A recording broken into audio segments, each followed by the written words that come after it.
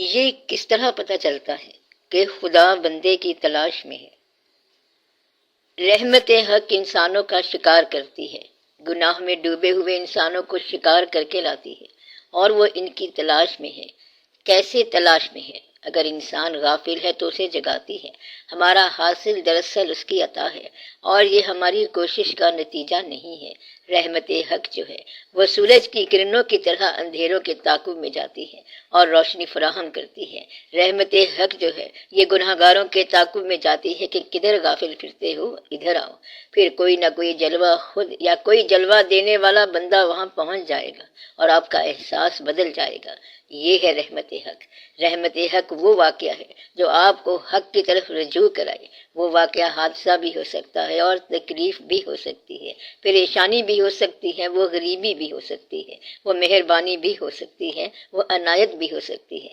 اس لیے ہر وہ چیز جو آپ کو اللہ کی طرف رجوع کرائے وہ رحمت حق ہے۔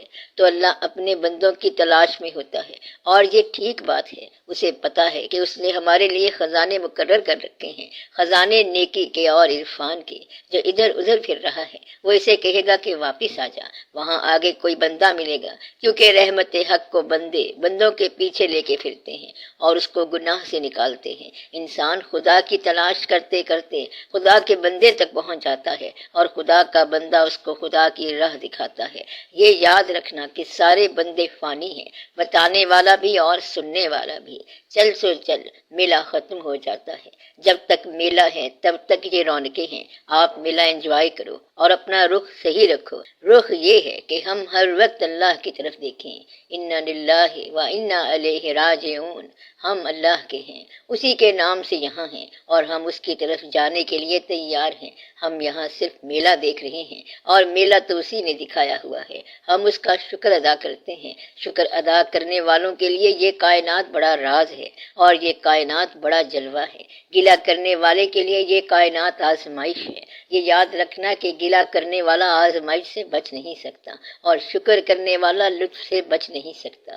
شکر کرنے والے کو لطف مل کے رہے گا۔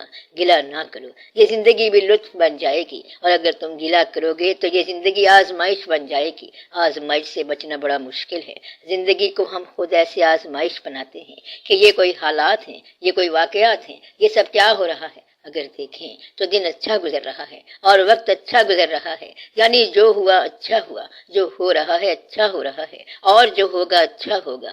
صرف اتنا کہنے سے حالات بدل جائیں گے، اتنا کہنے سے حالات درست ہو جائیں گے، کیونکہ وہ سب جانتا ہے۔ ایک غریب سائل ایک جگہ پر آیا، وہاں اونچا اونچا بول رہا ہے، ان سب کو اوپنلی ایڈریس کر رہا ہے کہ آپ کیا سمجھتے ہیں کہ ہم آپ کے پاس پیسے لینے آتے ہیں؟ ہم خود ہی آپ کو دے دیں۔ جیب میں ہاتھ مارا مگر جیب خالی تھی، پھر کہتا ہے کہ پیسے ہیں ہی نہیں، ہم دیں کیا؟ اگر ہوتے تو میں آپ کو کئی دفعہ دے دیتا۔ اس کی بات کا لوگوں پر اتنا اثر ہوا کہ لوگوں نے اس کے سامنے پیسوں کا ڈھیر لگا دیا۔ پھر اس نے کہا کہ یا اللہ، پیسے نہیں دینے تھے، مگر تو دینے سے باز نہیں آتا، تو ہی دیتا ہے اور ہمیشہ تو ہی دیتا ہے۔ اس نے آدھے پیسے رکھ لیے اور آدھے پیسے پھر لوٹا دیے۔ کہتا ہے بس مجھے جتنی ضرورت ہے میں لے چلا ہوں، اور باقی تیرے فقیروں کو دے چلا ہوں۔ مدعا یہ ہے کہ خوشگوار خیال والوں کے لیے یہ کائنات خوشگوار ہے۔ ظریف کو ظرافت مل جائے گی، رونے والے کو رونے کا وقت مل جائے گا۔ وہ قبرستان میں گیا تو اس کے پاؤں کے نیچے کھوپڑی آ گئی، تو اس نے رو کر یہ شعر کہا، کل پاؤں ایک کاسائے سر پہ جو پڑ گیا، یکسر وہ استخواں شکستوں سے چور تھا، کہنے لگا کہ دیکھ کے چل رہا بے خبر، میں بھی کبو کسی کا سر پر غرور تھا۔ یعنی کہ اس کے پاؤں سے مردے کی ہڈی ٹوٹ گئی، کھوپڑی ٹوٹ گئی، اور اس کھوپڑی نے آواز دی کہ اے بے خبر، دیکھ کے چل، میں بھی کبھی کسی پرغرور انسان کا سر ہوتا تھا، اور آج میں اس حالت میں پہنچا ہوا ہوں۔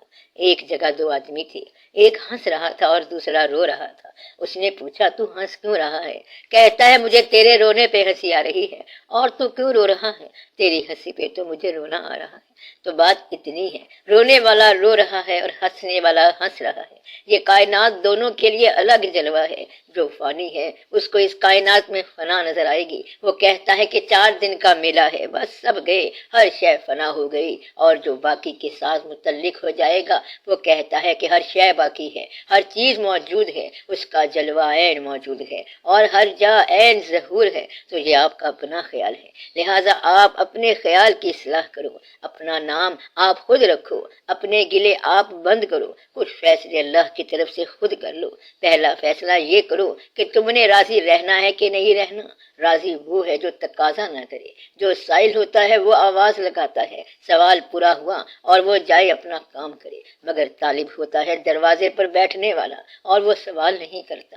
بس طالب ہونا جو ہے وہ بہت بہتر ہے کہ وہیں کے ہو رہو، جو وہ عطا کرتا ہے اس میں راضی ہو جاؤ، وہ ضرور عطا فرماتا ہے۔